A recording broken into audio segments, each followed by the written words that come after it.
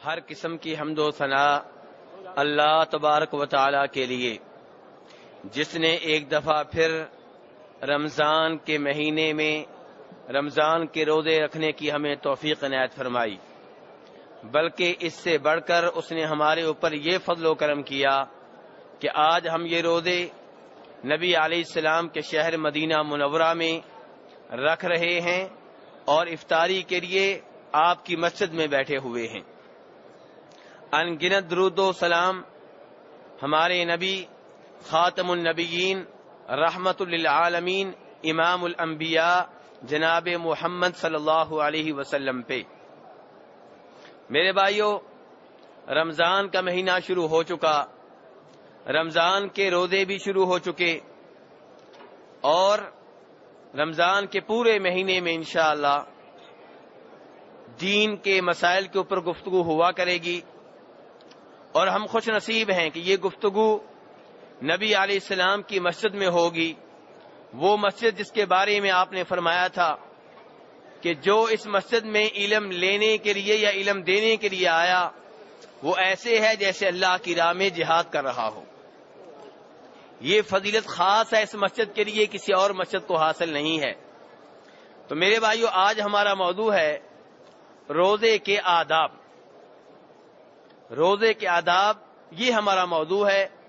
اس کے اوپر انشاءاللہ اللہ کے فضل و کرم سے قرآن و سنت کے مطابق گفتگو کرنے کی کوشش کی جائے گی، اور میں کوشش کروں گا کہ درس کے آخر میں آپ کے سوالوں کے جواب بھی دیے جائیں۔ میرے بھائیو، روزے کے آداب میں سے پہلا ادب یہ ہے کہ سحری کا اہتمام کیا جائے، سحری کی جائے، سحری کھائی جائے۔ امام بخاری اور امام مسلم دونوں روایت کرتے ہیں جناب انس ابن مالک رضی اللہ عنہ سے، وہ کہتے ہیں کہ فرمایا نبی صلی اللہ علیہ وسلم نے تسحروا فإن فی السحور برکہ، کہ سحری کھایا کرو، سحری تناول کیا کرو، اس لیے کہ سحری میں برکت ہوتی ہے۔ میرے بھائیو، اس حدیث سے معلوم ہوا کہ سحری کھانے کے بارے میں نبی علیہ السلام نے آرڈر دیا ہے، حکم دیا ہے، اس لیے آپ کے حکم کے اوپر عمل کرتے ہوئے ہمیں سحری کھانے کا اہتمام کرنا چاہیے۔ دوسرے نمبر پہ اس حدیث نے یہ بھی بتا دیا کہ سحری میں ایک فائدہ بھی ہے۔ فائدہ کیا ہے کہ سحری کا کھانا، سحری کی شکل میں جو کچھ آپ کھاتے پیتے ہیں یہ عام کھانا پینا نہیں ہے، بلکہ اس میں برکت ہوتی ہے، اور اس کے برکت ہونے کی گارنٹی نبی علیہ السلام نے دی ہے۔ آج لوگ برکت کے چکر میں مارے مارے پھر رہے ہیں۔ کسی کو بتا دیا جائے یہاں پہ نبی علیہ السلام کی اونٹنی کا پاؤں لگا تھا، لوگ وہاں پہ گر پڑتے ہیں، سجدے کرتے ہیں، اس زمین کو چاٹتے ہیں، مٹی وہاں سے اٹھا لیتے ہیں۔ حقیقت ہو یا نہ ہو، برکت ہو یا نہ ہو، لوگ اس بارے میں سب کچھ کرنے کے لیے تیار ہیں، لیکن یہاں پہ حدیث بتا رہی ہے کہ سحری کے کھانے میں برکت ہوتی ہے، بلکہ اس کی تائید ایک اور روایت سے ہوتی ہے جسے جناب امام ابو داؤد رحمہ اللہ روایت کرتے ہیں ارباد ابن ساریہ سے، کہتے ہیں کہ نبی علیہ السلام نے رمضان میں مجھے سحری کے کھانے کی دعوت دی اور کہا ہلم الی الغداء المبارک، کہ آؤ کھانا میرے ساتھ مل کر کھاؤ۔ کھانا کون سا ہے؟ بڑا بابرکت کھانا ہے۔ بابرکت کیوں تھا؟ کیونکہ وہ سحری کا کھانا تھا۔ اور یہاں سے یہ بھی معلوم ہوا کہ جیسے افطاری کے لیے اہتمام کرنا چاہیے، ایسے ہی سحری کا بھی اہتمام کریں۔ جیسے افطاری میں آپ لوگوں کو دعوت دیتے ہیں، سحری کے کھانے میں دوسرے لوگوں کو دعوت دینا، روزہ رکھوانا بھی ثواب ہے۔ تو بہرحال اس حدیث نے یہ بتا دیا کہ سحری میں برکت ہوتی ہے، اور سحری کھانا، سحری کرنا نبی علیہ السلام کی سنت ہے، آپ کے آرڈر کی تعمیل ہے۔ اور اس میں ایک چوتھی چیز بھی ہے جس کا ذکر اس حدیث میں آتا ہے، جسے عمر ابن العاص رضی اللہ عنہ روایت کرتے ہیں کہ فرمایا نبی صلی اللہ علیہ وسلم نے فصل ما بین صیامنا و صیام اہل الکتاب اکلۃ السحور، کہ فرمایا روزے ہم بھی رکھتے ہیں، روزے یہودی عیسائی بھی رکھتے ہیں، لیکن ہمارے ان کے روزوں میں فرق ہے۔ ان میں سے ایک بڑا فرق یہ ہے کہ ہم سحری کھاتے ہیں، وہ سحری نہیں کھاتے. تو سحری نہ کھانا، سحری کھائے بغیر روزہ رکھنا، یہ کن کی عادت ہے، کن کا طریقہ ہے؟ یہودیوں اور عیسائیوں کا. اور اسلام یہ چاہتا ہے کہ یہودیوں اور عیسائیوں کی موافقت نہ کی جائے بلکہ ان کی مخالفت کی جائے. جہاں یہ مخالفت دیگر عبادات میں ہے وہیں روزے میں بھی ہے، اور روزے میں ان کی مخالفت یہ ہے کہ مسلمان کو سحری کھانی چاہیے، سحری کا اہتمام کرنا چاہیے. اور میرے بھائیوں، اس حدیث نے ہمیں یہ درس بھی دیا، یہ اشارہ بھی دے دیا کہ مسلمانوں کو ان تمام امور میں یہودیوں عیسائیوں کی مخالفت کرنی چاہیے جو ان کی عبادات، ان کے شعائر سے تعلق رکھتے ہیں. اسلام مسلمانوں کو یہودیوں اور عیسائیوں کی پیروی، تقلید اور نقل کرنے سے روکتا ہے. عیسائی اگر اپنے نبی جناب عیسیٰ علیہ السلام کا یوم پیدائش کرسمس ڈے کے طور پہ مناتے ہیں تو مسلمانوں کو ان کی نقل کرتے ہوئے، ان کی پیروی کرتے ہوئے، ان کی تقلید کرتے ہوئے اپنے نبی کے یوم پیدائش کو بطور تہوار نہیں منانا چاہیے. اگر ہم یہ کام کرتے ہیں تو یہ عیسائیوں کی تقلید ہے. انہوں نے اپنے دن کا نام کرسمس ڈے رکھ دیا اور مسلمانوں نے عید میلاد النبی رکھ دیا. وہ بھی غلط، یہ بھی غلط. نبی علیہ السلام سے محبت ہمارے ایمان کا حصہ ہے. آپ سے جس کو محبت نہیں وہ مسلمان نہیں. لیکن محبت کا یہ مطلب کہ اپنی طرف سے بدعتیں نکالنا، دین میں اضافے کرنا، آپ کے یوم پیدائش کو بطور تہوار عید کے منانا، یہ غلط ہے، یہ دین کا حصہ نہیں ہے، یہ محبت کی نشانی نہیں ہے. تو میرے بھائیوں، معلوم یہ ہوا کہ روزے کے آداب میں سے پہلا ادب کیا ہے؟ سحری کھانا. اب ہو سکتا ہے کوئی بھائی یہ کہے کہ میں سحری نہیں کھا سکتا کیونکہ رات کو بہت کھانا کھا لیتا ہوں، پیٹ میں جگہ نہیں رہتی. تو اس کا علاج بھی حدیث میں بھی موجود ہے. فرماتے ہیں نبی علیہ السلام کہ سحری کھایا کرو، اگر کچھ اور نہیں کھا سکتے تو پانی کا ایک گھونٹ پی لیا کرو. آپ اس سے اندازہ کریں کہ سحری کھانے کی کتنی اہمیت ہے کہ نبی علیہ السلام کہہ رہے ہیں سحری کھاؤ. اگر کسی کا یہ عذر ہے کہ میرے پاس ٹائم نہیں ہے، میرے پیٹ میں گنجائش نہیں ہے، شریعت کہتی ہے کوئی بات نہیں، پانی کا ایک گھونٹ پی لو. اس حدیث کو امام ابن حبان نے اپنی صحیح میں روایت کیا ہے. اور میرے بھائیو، سحری کے کھانے میں سب سے اچھی چیز کون سی ہوتی ہے؟ سحری کے دسترخوان پہ کس چیز کے رکھنے کا خصوصی طور پہ اہتمام کرنا چاہیے؟ وہ کیا ہے؟ کھجور. امام ابو داؤد روایت کرتے ہیں نبی علیہ السلام سے کہ فرمایا نبی علیہ السلام نے نعم سحور المؤمن التمر، کہ سحری کے کھانے میں سب سے اچھی چیز کیا ہوتی ہے؟ کھجور ہوتی ہے. تو جیسے مسلمان افطاری کے وقت کھجور کا اہتمام کرتے ہیں، ایسے ہی سحری کے وقت بھی کھجور کا اہتمام کرنا چاہیے. یہ بڑا بابرکت پھل ہے.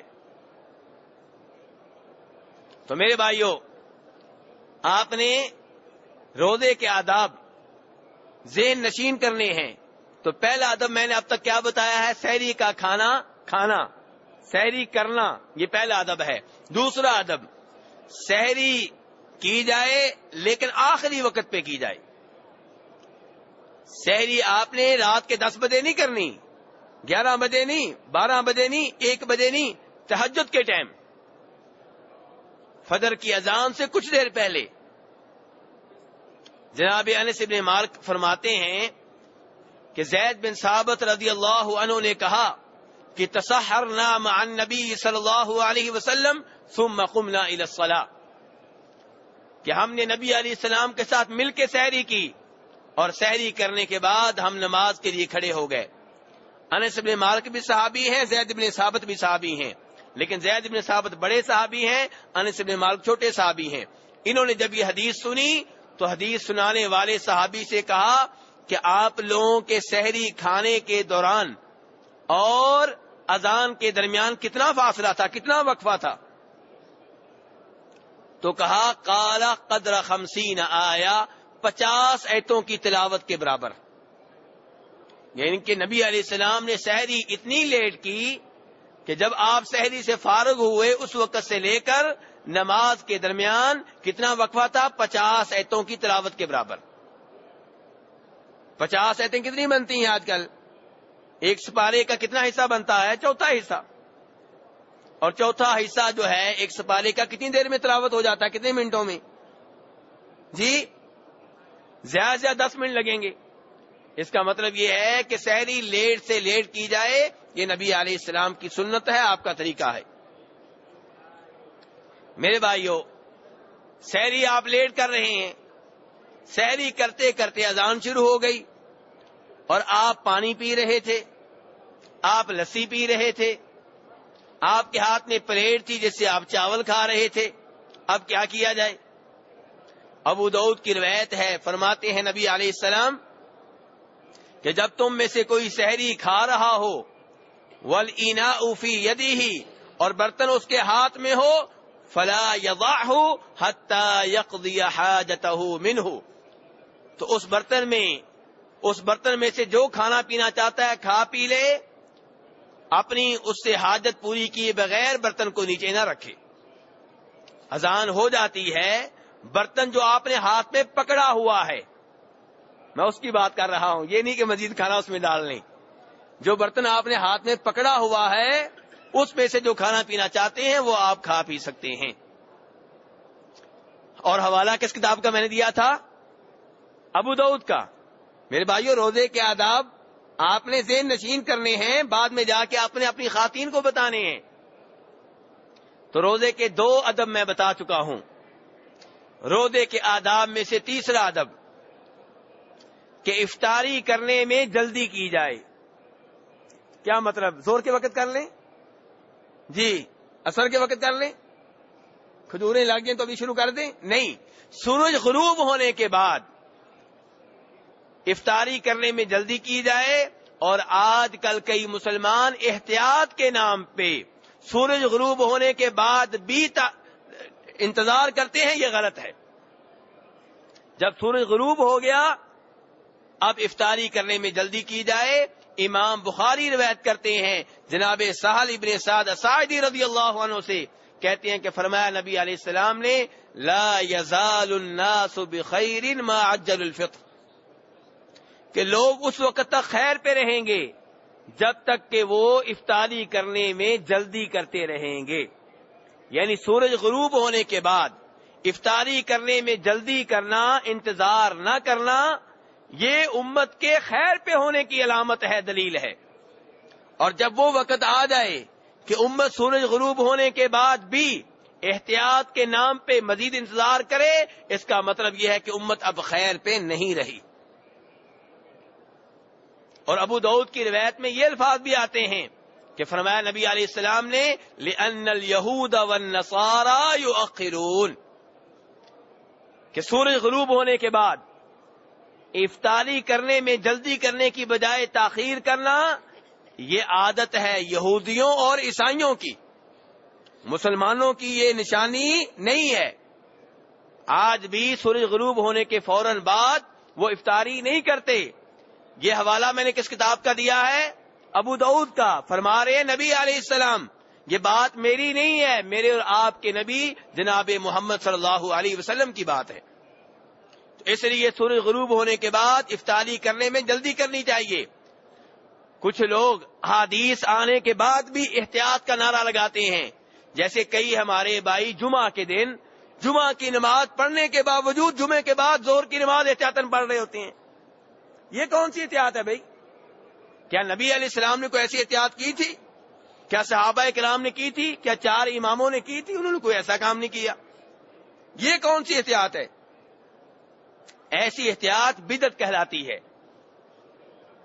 بلکہ امام بخاری رحمہ اللہ جناب عبداللہ ابن ابی اوفا رضی اللہ عنہ سے یہ حدیث بھی روایت کرتے ہیں. اب جو حدیث بیان کرنے لگا ہوں کس کتاب کی ہے میرے بھائیو؟ جی بخاری شریف کی. حوالے ذہن میں رکھیں. اب جو حدیث روایت کرنے لگا ہوں بخاری شریف میں آتی ہے، اور آپ جانتے ہیں بخاری اور مسلم حدیث کی وہ 2 کتابیں ہیں جو شک و شبہ سے بالا تر ہیں. تو امام بخاری روایت کرتے ہیں جناب عبداللہ ابن ابی اوفا سے کہتے ہیں کہ ہم لوگ ایک سفر میں تھے اور نبی علیہ السلام کے ساتھ تھے. سورج غروب ہو گیا اور آپ نے روزہ رکھا ہوا تھا. آپ نے جناب بلال سے کہا کہ بلال نیچے اترو اور ہمارے لیے ستو گولو.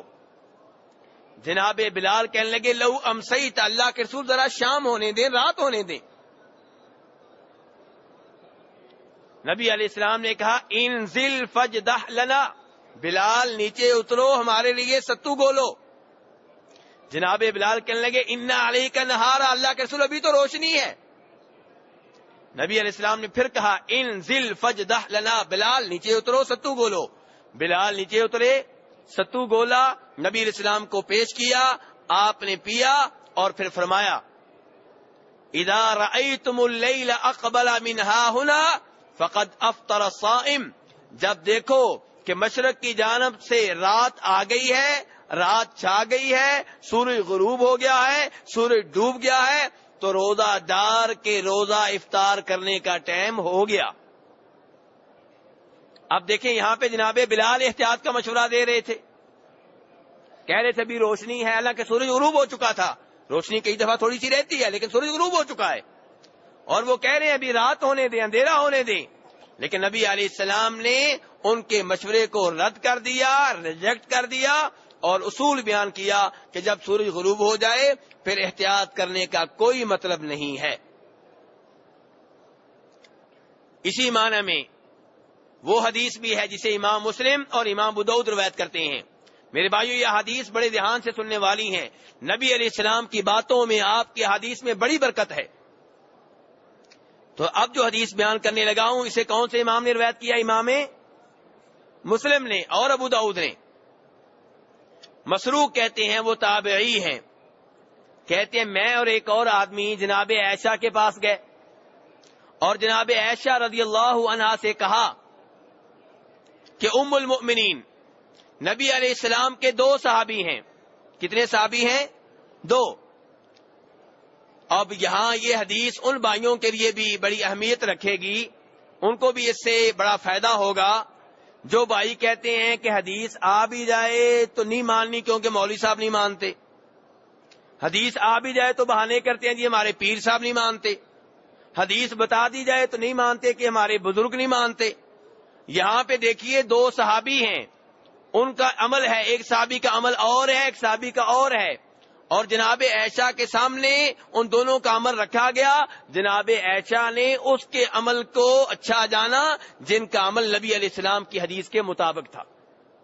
جناب عائشہ نے یہ نہیں کہا کہ یہ بھی صحابی، وہ بھی صحابی، یہ بھی ستارہ، وہ بھی ستارہ، یہ بھی امام، وہ بھی امام، یہ بھی مولوی، وہ بھی مولوی، جو بھی کرو ٹھیک ہے. نہیں، جو بھی کرو ٹھیک نہیں ہے، وہ ٹھیک ہے جو نبی علیہ السلام کی حدیث کے مطابق ہے. تو جناب مسروق کہہ رہے ہیں ام المؤمنین عائشہ رضی اللہ عنہا سے کہ 2 صحابی ہیں، ان میں سے ایک افطاری کرنے میں جلدی کرتے ہیں، مغرب کی نماز پڑھنے میں جلدی کرتے ہیں، اور دوسرے جو ہیں افطاری کرنے میں تاخیر کرتے ہیں، مغرب کی نماز پڑھنے میں بھی تاخیر کرتے ہیں. جناب عائشہ رضی اللہ عنہا نے یہ نہیں کہا دونوں ٹھیک ہیں، دونوں امام ہیں، دونوں صحابی ہیں، دونوں عالم دین ہیں، دونوں ہی صحیح ہیں، نہیں، یہ نہیں کہا. یہ پوچھا کہ ان میں سے کون ہیں جو افطاری کرنے میں جلدی کرتے ہیں، مغرب کی نماز پڑھنے میں جلدی کرتے ہیں. تو ان کو بتایا گیا کہ یہ عبداللہ ابن مسعود رضی اللہ عنہ ہیں. تو جناب عائشہ نے کہا نبی علیہ السلام بھی ایسے ہی کرتے تھے، یعنی کہ عبداللہ ابن مسعود کا عمل درست ہوا کیونکہ حدیث کے مطابق ہے. تو میرے بھائیو یہ ہے مسلمان کہ جو نبی علیہ السلام کی حدیث کی طرف دیکھتا ہے، آپ کی سنت کی طرف دیکھتا ہے، جب صحیح حدیث مل جائے اسے اپنا لیتا ہے، پھر دائیں بائیں نہیں دیکھتا. اب یہاں پہ ایک صحابی تھے عبداللہ ابن مسعود، دوسرے ابو موسیٰ اشعری. اب آپ یہ نہیں کہہ سکتے کہ وہ بھی امام ہیں، یہ بھی امام ہیں، وہ بھی بڑے بزرگ ہیں، یہ بھی بڑے بزرگ ہیں. نہیں، عبداللہ ابن مسعود کی یہاں بات مانی جائے گی. کیوں؟ کیونکہ اس کے اوپر سٹیمپ لگی ہوئی ہے نبی علیہ السلام کی، کیونکہ حدیث اس کے مطابق ہے. تو خلاصہ کلام یہ ہے کہ روزے کے آداب میں سے تیسرا ادب کیا ہے کہ افطاری کرنے میں جلدی کی جائے، سورج غروب ہونے کے بعد تاخیر نہ کی جائے. کئی ممالک میں ایسے ہوتا ہے کہ عام طور پہ مغرب کی اذان ہوتی ہے 5:55 پہ،